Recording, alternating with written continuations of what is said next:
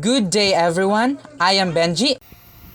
And I am Joera. Today we will present and compare the works of two well-known researchers in human development, Lawrence Kohlberg and Lev Vygotsky. Our presentation will discuss the research titles, gaps, objectives, methods, findings, insights, and recommendations.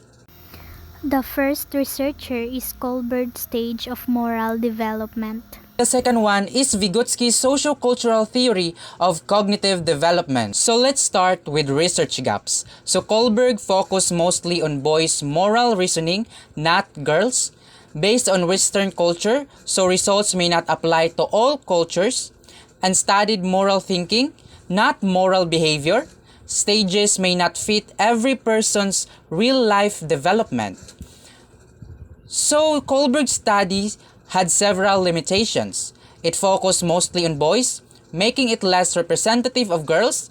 His work was also based on Western culture, which means the result may not apply to all cultures.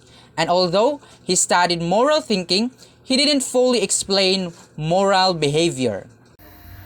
For Vygotsky, the gaps include his lack of clear developmental stage.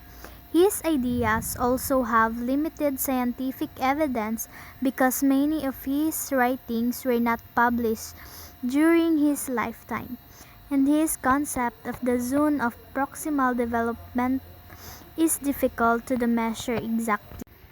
For Kohlberg to explain how people develop moral reasoning from childhood to adulthood, to show that moral judgment develop through six universal stage, to understand how people decide what is right or wrong.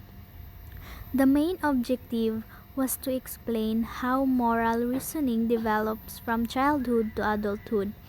He also wanted to show that moral thinking follows six universal stage. Meanwhile, Vygotsky's objective is to show that learning happens through social interaction, to explain the role of culture, language, and adults in a child's learning, and to introduce the zone of proximal development or ZPD as a space where learning is most effective.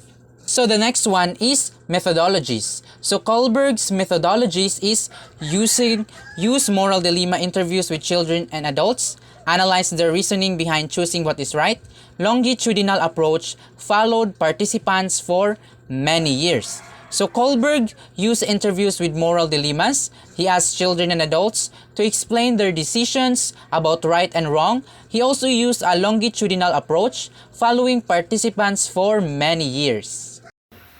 For Vygotsky, he used observation in natural settings such as classroom and play activities. He looked at how children learn with the help of adults or peers, focusing on guided learning and dialogue.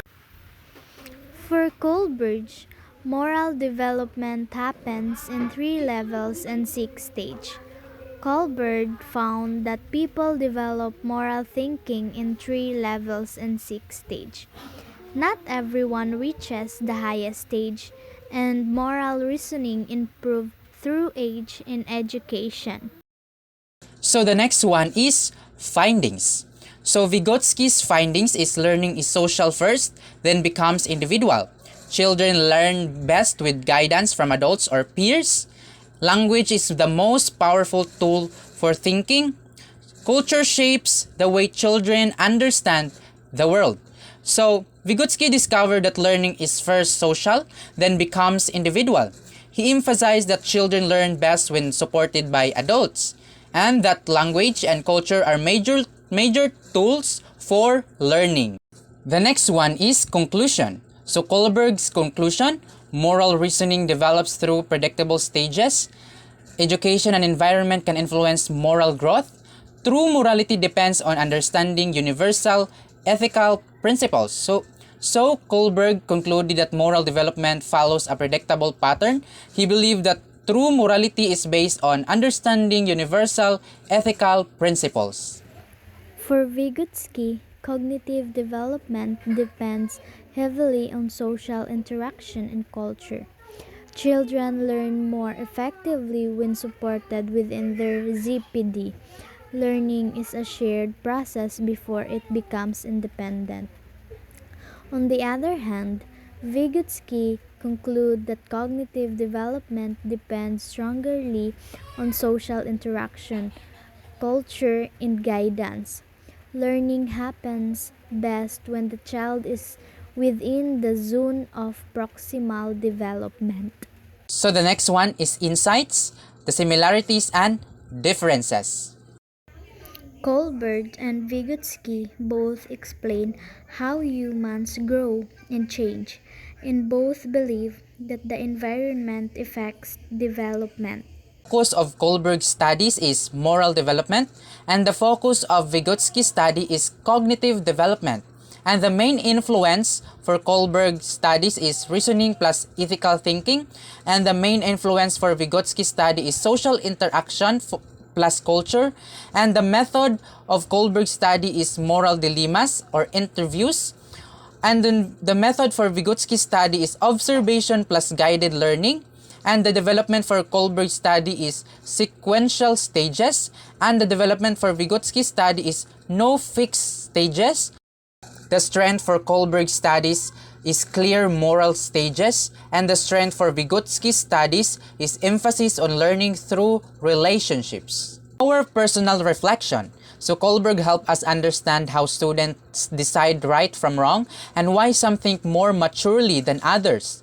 Vygotsky shows that children learn best when they are guided, supported, and socially engaged, especially through group work and teacher scaffolding.